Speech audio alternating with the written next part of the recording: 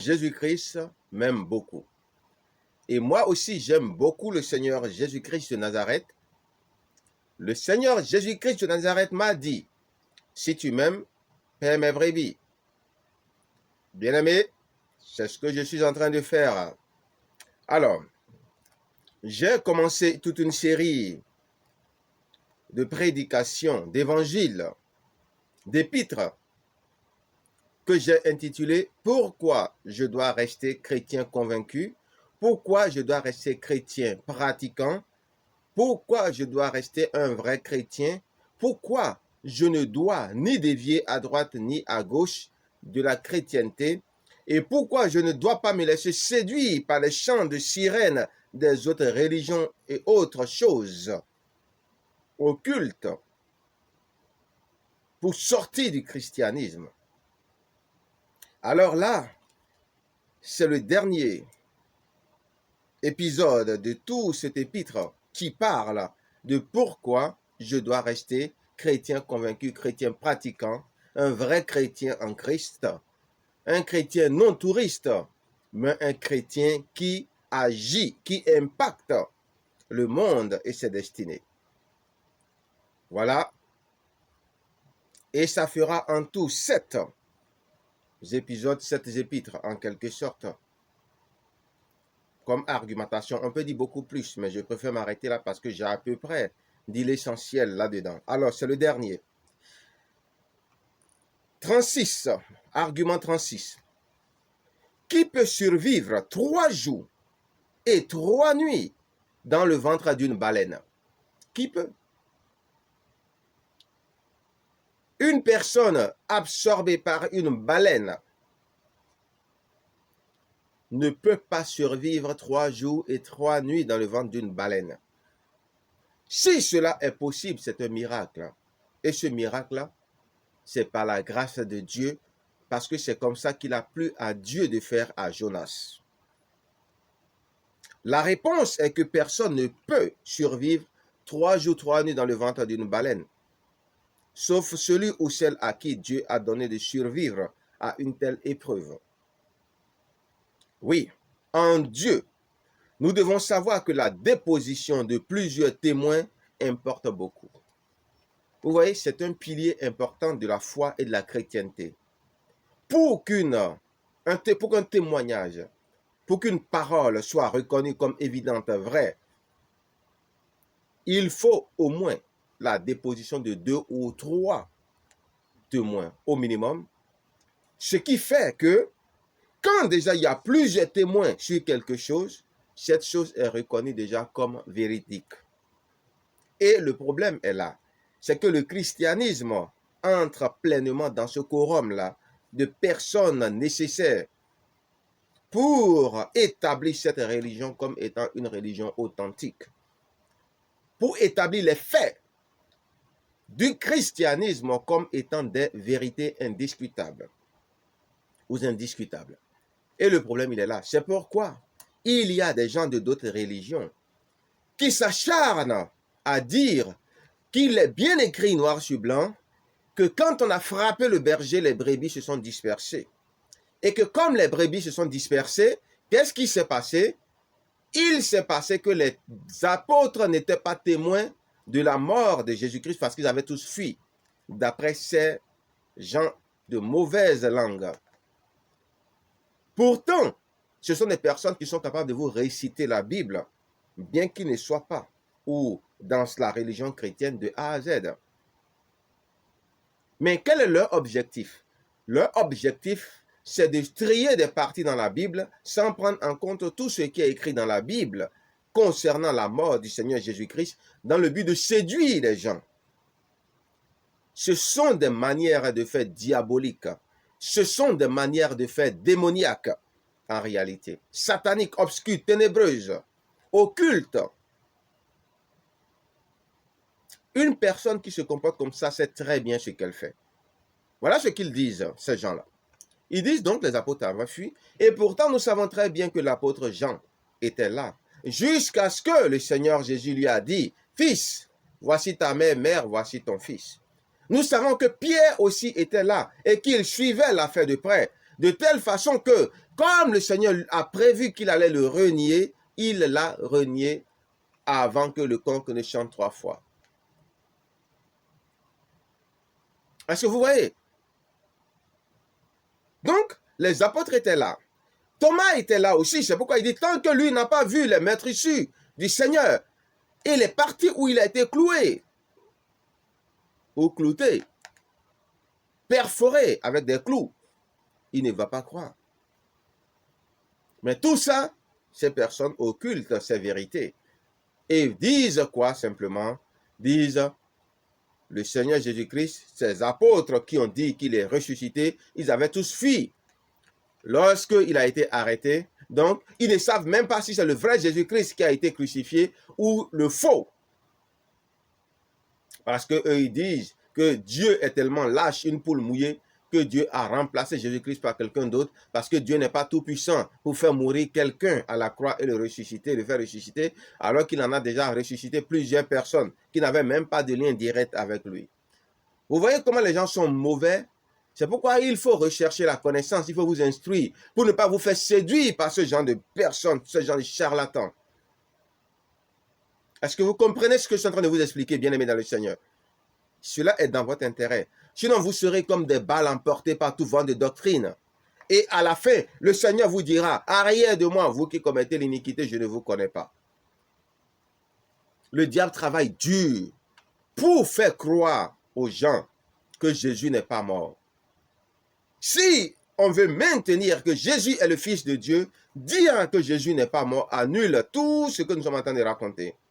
Et si on veut maintenir que Jésus est mort, alors le diable s'arrange pour nous faire croire que Jésus est prophète. Et en nous faisant admettre que Jésus est prophète, le sang de Jésus n'a plus aucune valeur pour la chrétienté. Et la prédication de la croix devient vaine. Parce que beaucoup de prophètes sont morts avant Jésus-Christ et rien ne s'est passé. Un prophète, c'est un prophète, il meurt, il est mort, Dieu l'accueille là-bas, mon enfant, viens te reposer, c'est tout. Vous voyez? Mais la mort de Jésus-Christ avait un grand sens spirituel. Et des choses se sont passées dans le séjour des morts. Des choses terribles pour Satan.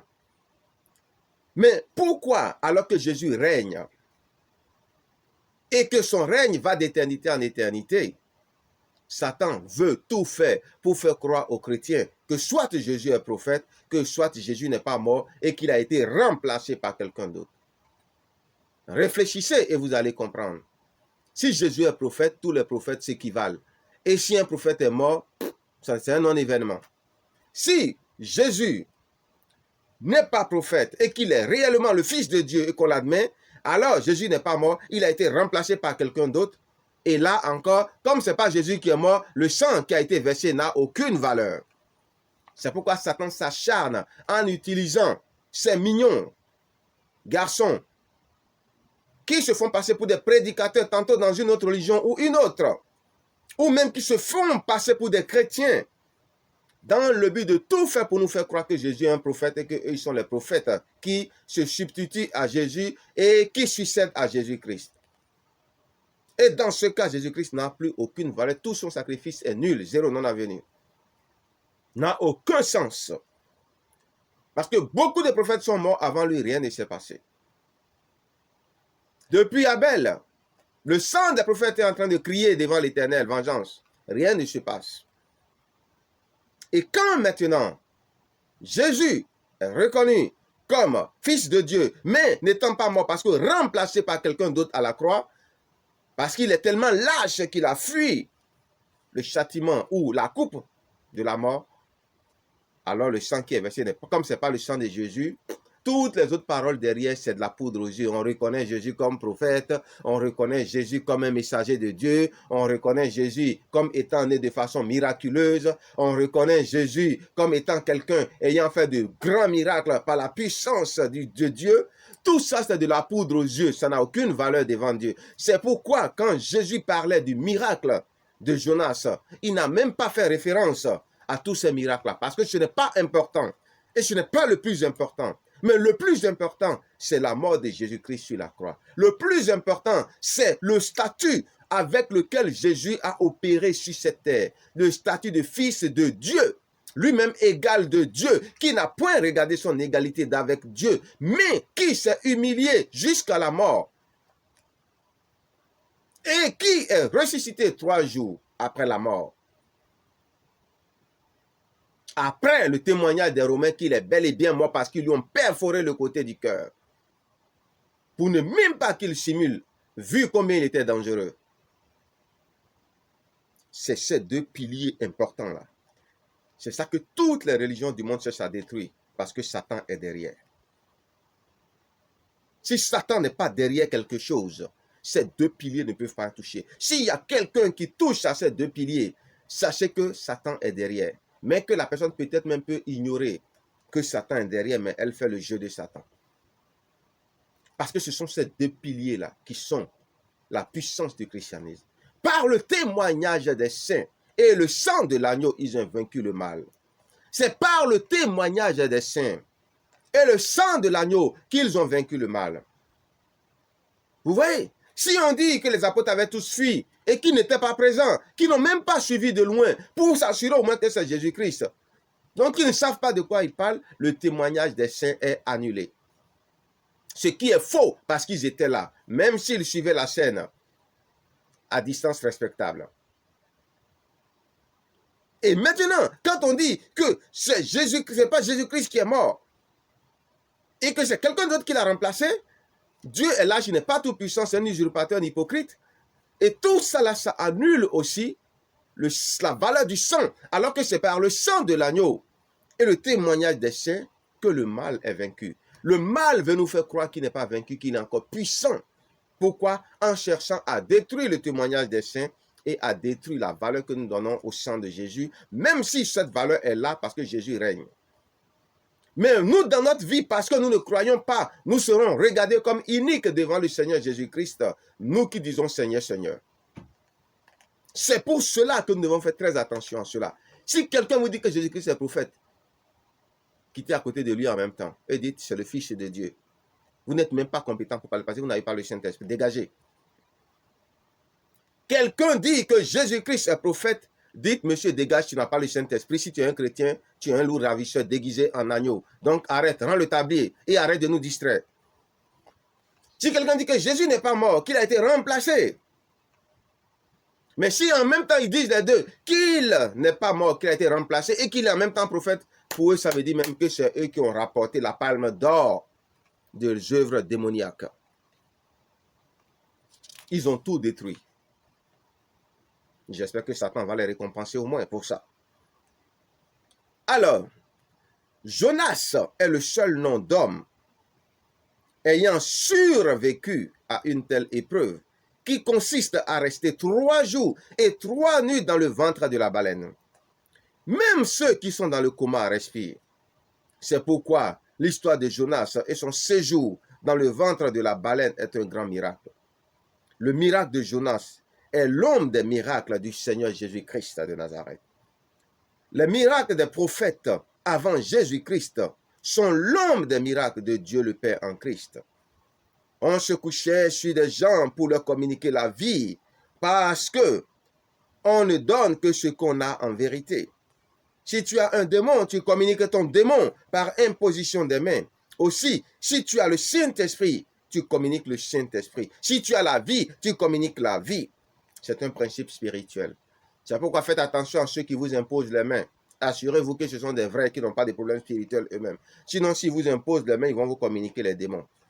Moi, généralement, je n'impose pas les mains aux gens, mais je préfère attraper les mains des gens pour prier avec les gens, pour éviter tous ces genres de polémiques-là.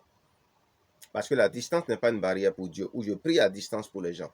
Parce qu'au moins, si on s'attrape les mains, on va se mesurer et que le meilleur puisse gagner. Si c'est toi qui as le vrai Dieu, que ton Dieu m'humilie et me délivre en même temps par la même occasion. Mais si c'est moi qui ai le vrai Dieu, que mon Dieu enlève en toi l'esprit impur qui est là et qu'il soit glorifié. Donc, voilà un peu ce qu'on doit comprendre par là. Vous voyez un peu? Alors, aussi, si tu as le Saint-Esprit, tu le communiques. Souvenez-vous que Jonas n'a pas été chié dans le repaire de la baleine, mais il a été vomi au large sur les rives de Ninive. c'est Dieu, par la vertu de son Saint-Esprit, qui a maintenu Jonas vivant pendant 3 jours, 3 nuits, avant que de donner à la baleine de le vomir, c'est-à-dire de le déposer à bon port. Le Seigneur Jésus-Christ a bien dit dans l'Apocalypse qu'il était mort et que maintenant il vit à jamais pour l'éternité, au siècle des siècles. Jésus-Christ a aussi dit qu'il est l'alpha et l'oméga, le commencement et la fin de toutes choses. L'apôtre Paul avait bien prévenu que Satan va attaquer la prédication de la croix, mais qu'il soit maudit pour ça. Et que tous ceux-là qui l'aident sur cette voie de la discréditation de la prédication de la foi soient aussi maudits au nom tout-puissant de Jésus-Christ. Quiconque dit que Jésus-Christ est un prophète est un anathème en réalité. Un anathème qui s'ignore.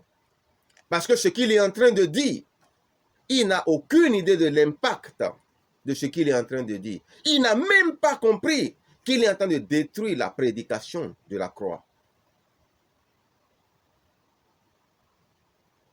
Peut-être qu'il le fait inconsciemment, peut-être que c'est pour se faire passer pour quelqu'un d'important, mais qu'il sache que c'est la prédication de la croix qu'il est en train de toucher et de détruire, qu'il est en train de modifier. Et Paul dit, quiconque vient vous annoncer un autre évangile, que Jésus crucifié, Jésus ressuscité, qu'il soit anathème. Mais le Jésus-Christ crucifié, ressuscité n'est pas le prophète Jésus-Christ. C'est le Fils de Dieu, Jésus-Christ de Nazareth, l'agneau de Dieu. C'est là toute la différence. Si tu reconnais Jésus-Christ comme un prophète, ta prédication de la croix est différente de la prédication de la croix que Paul enseigne, parce qu'il dit que Jésus-Christ est au-dessus de toutes choses, Dieu béni éternellement. Il n'a pas dit un prophète. Il dit que Jésus-Christ est le Fils de Dieu. Donc faites attention. Faites très attention à cela. Faites très attention. Ne vous trompez pas. Ne vous séduisez pas. Même, je vous dis, tout en séduisant les autres pour le compte de personnes non recommandables, qu'on peut appeler diable ou démon, ou agent diabolique. Quiconque regarde Jésus-Christ comme un prophète est un gros problème pour le corps de Christ en vérité. C'est un ennemi de la droiture et de la vérité. Il ne peut même pas s'asseoir en citant Moïse pour dire Moïse a dit que Jésus est prophète. Non. Parce que nous savons que prophète aussi a le sens de messager, envoyé de Dieu. Et les choses spirituelles, c'est spirituellement qu'on en juge. Jésus lui-même, il est arrivé, il a reconnu qu'il officie en tant que fils de Dieu et non en tant que prophète. Donc vous n'avez pas le droit, et c'est en tant que fils de Dieu qu'il a accompli toutes ses œuvres. Et son ordre de mission était clair, en tant que fils de Dieu et non en tant que prophète. Quiconque regarde Jésus-Christ comme un prophète est un gros problème pour le corps de Christ. La mort d'un prophète de Dieu a toujours été un sujet de tristesse, mais jamais de réjouissance. Alors que la mort du Seigneur Jésus-Christ est un sujet de réjouissance, c'est notre liberté des servitudes démoniaques, sataniques et de toute autre forme de servitude. Oui. Et encore ce que vous n'avez pas compris. Quiconque regarde Jésus-Christ comme prophète annule le Nouveau Testament. Et par la même occasion tue le christianisme et vide le christianisme de toute sa substance et sa puissance. Rien qu'en regardant Jésus comme prophète. Ou rien qu'en disant que le Fils de Dieu Jésus-Christ a été tellement lâche que Dieu l'a remplacé par quelqu'un d'autre pour tromper tout le monde. Donc Dieu est même pire que Satan. Vous voyez? Ça, vous devez savoir. Quiconque regarde le Seigneur Jésus-Christ comme un prophète fait le plus grand mal de tout ce qu'on peut appeler mal véritable. Oui. Est-ce que c'est pour la première fois avec le Seigneur Jésus-Christ que les prophètes meurent? Non. Les prophètes Jérusalem a toujours tué les prophètes. Jérusalem, toi la ville qui tue les prophètes, toi qui tues les prophètes. Est-ce que vous voyez un peu? Vous êtes tellement shooté, drogué à la Bible que vous lisez comme un roman, comme tout autre roman, que le diable vous fait avoir des overdoses bibliques romanesques. Des overdoses bibliques romanesques. Est-ce que vous voyez? Avec la même Bible que beaucoup lisent comme un beau roman, un best-seller.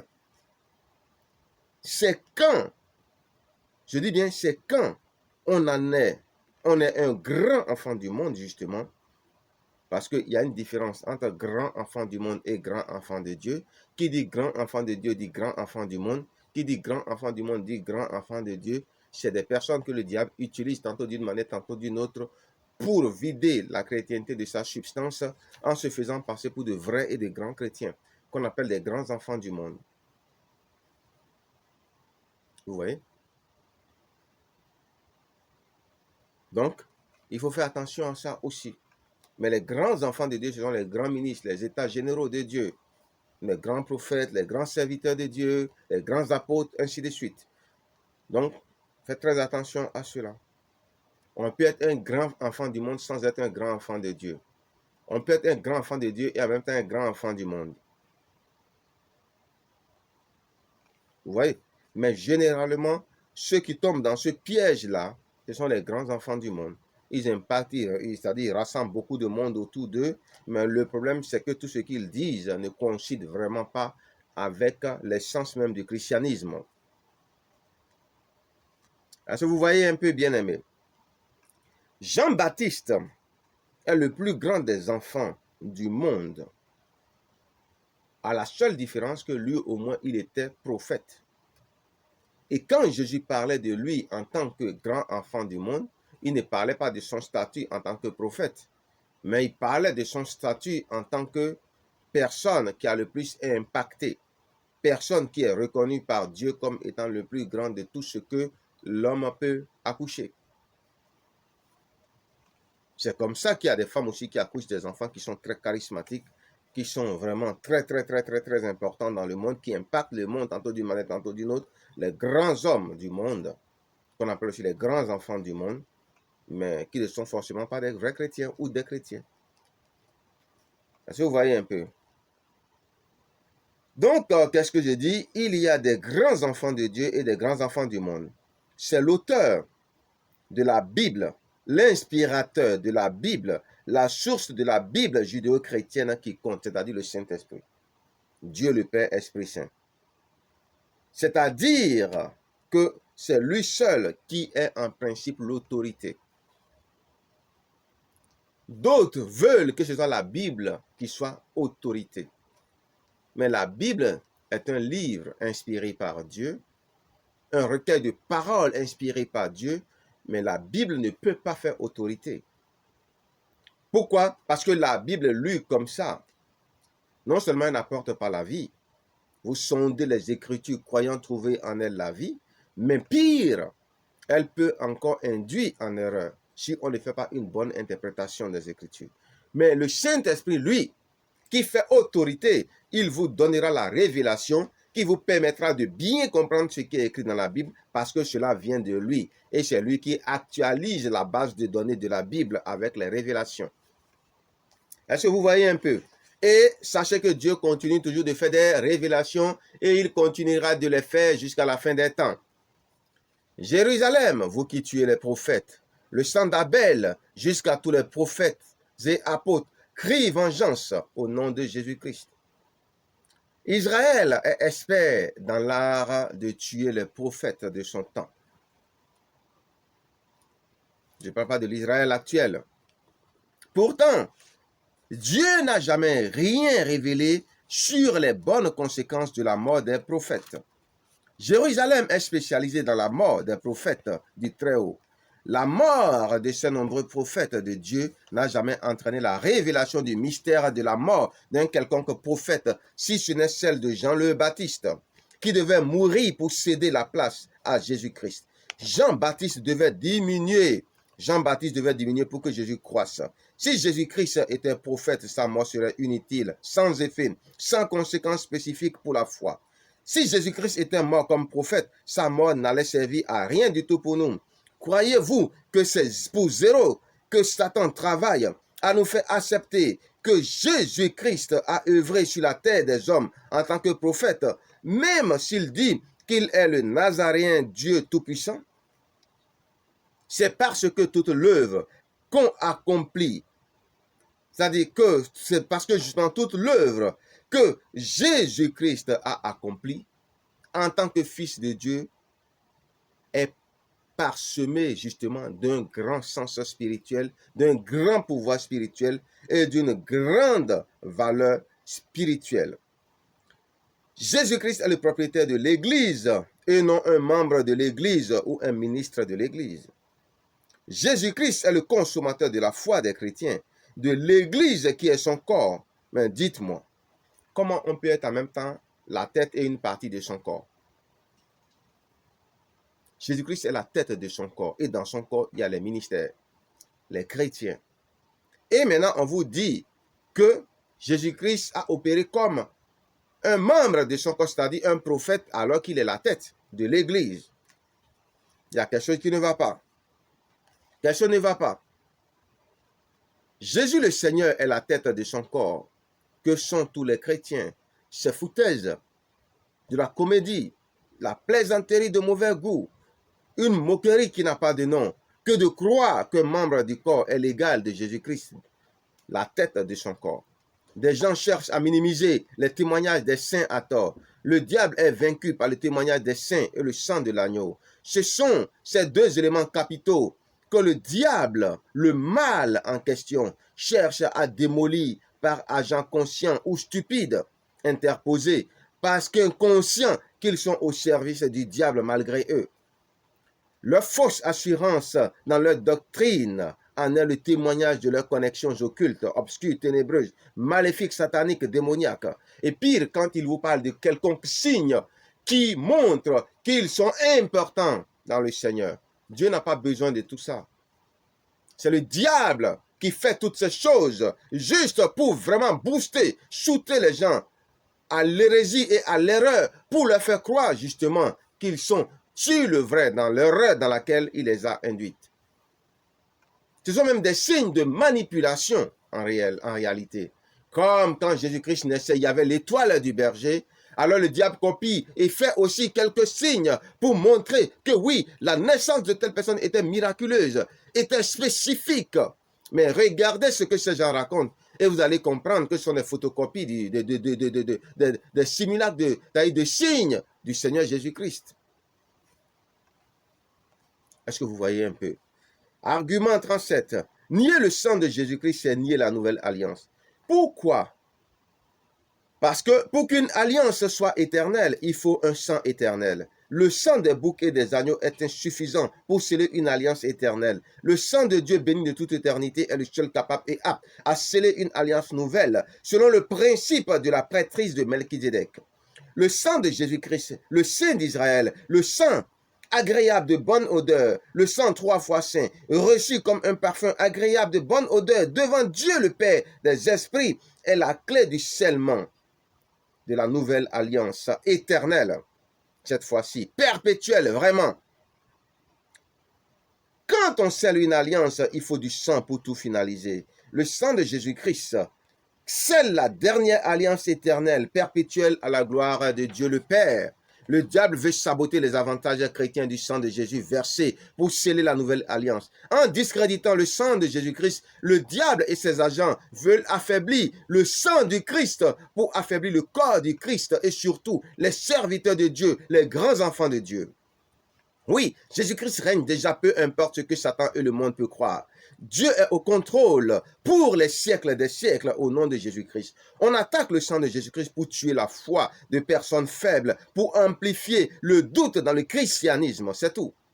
Il n'y a pas de Nouveau Testament sans Nouvelle Alliance. C'est pourquoi Satan travaille à faire passer Jésus-Christ pour un prophète ayant officié au nom du Tout-Puissant. Le sang éternel scelle l'alliance éternelle. Si on accepte cette hérésie que Jésus-Christ a opérée sur la terre en tant que prophète, c'est alors que le sang de Jésus-Christ n'a aucune valeur, comme le sang de tous les prophètes tués par Jérusalem, à Jérusalem. Aussi, le témoignage des saints n'aura aucune valeur et le mal ne sera pas vaincu. Le mal deviendra puissant et nous remettra dans la servitude. C'est ce que Satan veut dans la vie de chaque chrétien afin de pouvoir bien dormir sur ses deux oreilles, afin de ne plus voir ses démons et lui-même humilié par les grands serviteurs de Dieu, afin que le mal ne soit pas vaincu dans leur vie avec un effet immédiat. Peu importe pour quel mignon agent de Satan vous optez, vous serez toujours manipulé par Satan si vous acceptez que Jésus-Christ est un prophète ou que Jésus-Christ a été remplacé par un autre à la croix parce que c'est un usurpateur et qui n'est pas vraiment puissant comme il croit et qui n'est rien de tout ce qu'il a dit qu'il est. Faites attention, que ce soit en Christ avec les loups ravisseurs déguisés en agneaux qui ignorent qui le sont, ou en dehors de Christ dans une autre religion, c'est Satan qui vous manipulera si vous croyez de telles bêtises. Le problème n'est pas religieux, c'est un problème de mensonge ou de vérité, et leurs conséquences sont monstrueuses. Dire que Jésus-Christ c'est un prophète, c'est hyper grave. Dire que Jésus-Christ n'est pas mort et qu'il a été remplacé par quelqu'un d'autre à la croix, comme le disent certains tenants de d'autres religions, c'est aussi hyper grave. C'est une abomination et c'est même passible de la peine capitale spirituelle. Quelqu'un disait, un grand homme éminent politique disait, qu'en démonologie, l'un des principaux objectifs de Satan est toujours d'égarer, de séduire, d'envoûter. Différentes stratégies de séduction et d'envoûtement sont efficaces pour différents publics. Dans le public, il y avait tout. Vous devez le savoir. Vous devez savoir que dans le public, il y a tout. Il y a le bien et il y a le mal, dit le Seigneur. Dans le public, il y a tout. Il y a le bien, il y a le mal, dit l'Éternel. Oui, il y a des démons seniors, des démons juniors. Les seniors sont plus raffinés et se confondent dans la masse comme des agneaux pour séduire davantage de chrétiens en ayant des airs de chrétiens très pieux, de piété. Mais ce sont des airs, des sentiments, et ne faites pas confiance aux sentiments. Peu importe les différences de leur stratégie démoniaque pour nous conduire en enfer dans tous les cas de figure. Oui, peu importe qui vous écoutez et peu importe de quelle religion il est, chrétienne ou non chrétienne, quand il vous dit que Jésus est un prophète, fuyez, commencez par courir. Quand il vous dit que c'est parce que Jésus est un prophète que lui est le successeur de Jésus en tant que prophète de son temps, commencez par fuir. Ça veut dire qu'il est en train d'annuler toutes les conséquences de la mort de Jésus-Christ à la croix. Parce que c'est en tant que fils de Dieu, sang de source divine ou de source divine, que Jésus-Christ est mort et que nous bénéficions aujourd'hui des conséquences. La levée de la condamnation. Quand la personne vous dit que Jésus-Christ a été remplacé, ce n'est pas le sang de Jésus qui est versé. Même si la personne dit qu'elle reconnaît que Jésus-Christ est le Fils de Dieu, c'est pareil.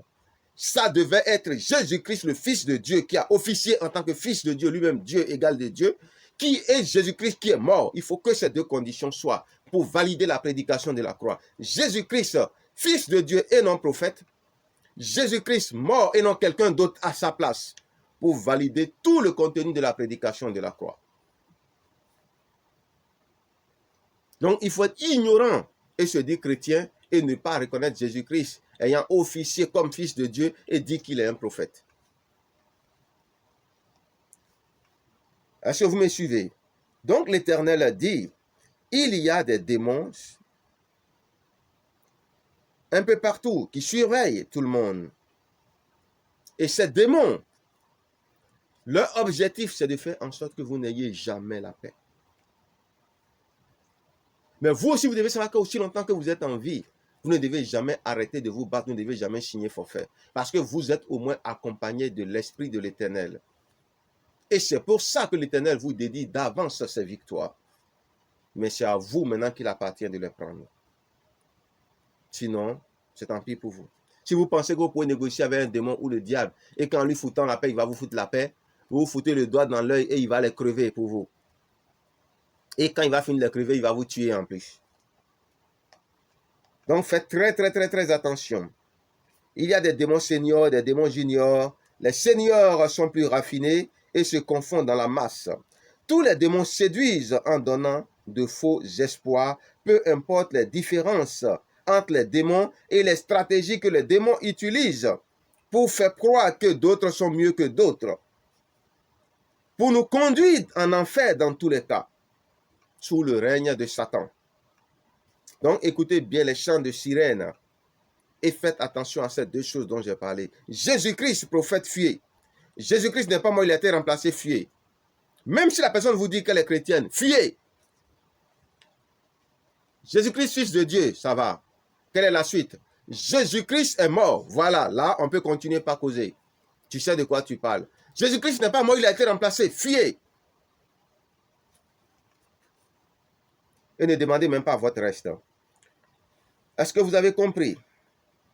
Pour y parvenir à ces ruses et amener des gens en enfer, le diable présente l'enfer comme un paradis. Ouais, vous aurez ceci, vous aurez cela, qui n'est pas conforme à ce que le Seigneur Jésus a dit, à ce que les Écritures disent. Faites attention. Les démons tuent nos espoirs, nos grandeurs, nos puissances, nos libertés, nos pitances, nos provisions, nos souvenirs du bon vieux temps. Sont ce que le diable utilise pour nous séduire, pour nous conduire dans des choses qui n'ont pas de nom, les souvenirs du bon vieux temps. Alors qu'en Christ, tous ces souvenirs devaient être oubliés, comme si ça n'avait jamais existé. Les démons fétichisent tout ce qui est souillé, impur, faux, pour pouvoir nous avoir. Donc, bien aimés dans le Seigneur, écoutez-moi très bien. Ça là, c'est capital. Et beaucoup de serviteurs n'ont pas vraiment compris ça. Dans la prédication de la croix, il y a deux piliers importants. Jésus-Christ, fils de Dieu, lui-même égal de Dieu et Dieu béni éternellement déjà sur la terre. Il n'est rien d'autre que ça. Tout ce qu'on dit de lui qu'il est, c'est faux. Mais il laissait les gens raconter ce qu'ils veulent. Et le jour qu'il a confronté ses apôtres, pour qu'on lui dise vraiment ce qu'il est, et en tant que quoi il officie sur la terre, Dieu a révélé, parce qu'il savait que les apôtres ne pouvaient pas trouver. Tu es le Christ, le Fils du Dieu vivant. Tu es le Messie. Jean-Baptiste dit, tu es l'agneau de Dieu. Celui-ci est mon Fils bien-aimé. Écoutez-le. Vous voyez, Jésus-Christ est le Fils de Dieu, le temple de Dieu vivant. En lui repose pleinement toute la plénitude de la divinité. Et il est mort lui-même, il ne s'est pas fait remplacer par quelqu'un d'autre parce qu'il n'est pas lâche. S'il était lâche, je crois qu'il allait utiliser sa puissance pour cramer tous les soldats qui étaient venus. Souvenez-vous que dans d'autres versions, quand ils ont dit on cherche Jésus-Christ, est-ce que tu es Jésus-Christ? Et il a dit je suis, tous les soldats sont tombés à la renverse. Si les Juifs voulaient, de l'époque, voulaient qu'il soit le libérateur qui libère Israël de la domination romaine, c'est parce qu'ils étaient conscients qu'il avait un pouvoir réel. Il a dit cette heure appartient au diable. Il savait qu'il allait vers la mort, il a prophétisé ça. Les apôtres lui ont même dit de ne pas aller à Jérusalem, puisque lui-même il dit que s'il va, ils vont le tuer. Il n'a pas dit on va me remplacer par quelqu'un d'autre, ne vous inquiétez pas. Et il a dit arrière de moi Satan, à Pierre. C'est la volonté de Dieu, le Père de tous les esprits. Il faut que je l'accomplisse. Mais comment les gens peuvent humilier, de souiller l'image de Jésus-Christ à ce point et dire qu'il a été remplacé par quelqu'un d'autre? Quelle foutaise! Et vous, les chrétiens qui acceptez ces conneries, qui acceptez que le diable désacralise les ministères chrétiens, faites attention au nom de Jésus-Christ. Commencez maintenant par prendre le christianisme très au sérieux. Si vous voulez voir la puissance du christianisme, impactez vos vies au nom de Jésus-Christ. Arrêtez vos comédies. Touristes des églises, arrêtez ça. Allez dans une église parce qu'on connaît la personne qui est là-bas. Arrêtez ça. Parce que vous ne savez pas où Dieu a mis votre puissance, où Dieu a mis votre paquet, votre colis, pour vous bénir. Arrêtez ça maintenant. Et commencez par être attentif pour vraiment reconnaître les vrais serviteurs de Dieu, loin de Dieu, puis, c'est-à-dire pétris de puissance de Dieu, pour vous empêcher de continuer à parler sur les marabouts, les féticheurs, parce que vous n'avez rien trouvé. Au nom de Jésus-Christ. Ça, je vous le dis sincèrement. Arrêtez maintenant ces conneries, bien-aimés dans le Seigneur. Arrêtez ça maintenant au nom de Jésus-Christ. Bien-aimés, c'était l'apôtre Guidibi.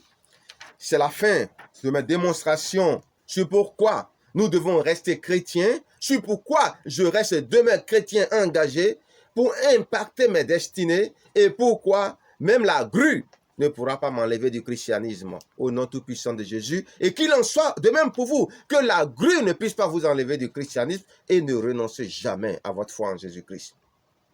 Il y a beaucoup de choses à dire autour de cela, mais ça, la seule, c'est suffisant. Que ceux qui ont de l'intelligence comprennent ce que je veux leur dire. Ne cessez jamais de croire en Jésus-Christ. Peu importe dans quoi vous êtes au nom de Jésus-Christ. Peu importe ce que vous vivez, peu importe vos tribulations, peu importe vos persécutions, peu importe vos souffrances, peu importe combien vous êtes sale. Gardez la foi, persévérez, croyez en Jésus-Christ, priez sans cesse, jeûnez. Suppliez Dieu de vous sortir de tout ça. Dites-lui votre état. Mais surtout, faites des œuvres de charité avec le peu que vous avez. Comme disait Jean-Baptiste, si quelqu'un a 2 tuniques, qu'il donne une à son frère. Et vous allez voir si Dieu ne va pas se glorifier dans votre vie. C'était l'apôtre Guy, votre humble serviteur. Soyez bénis et restez bénis au nom tout-puissant de Jésus-Christ, à la gloire de Dieu le Père. Amen.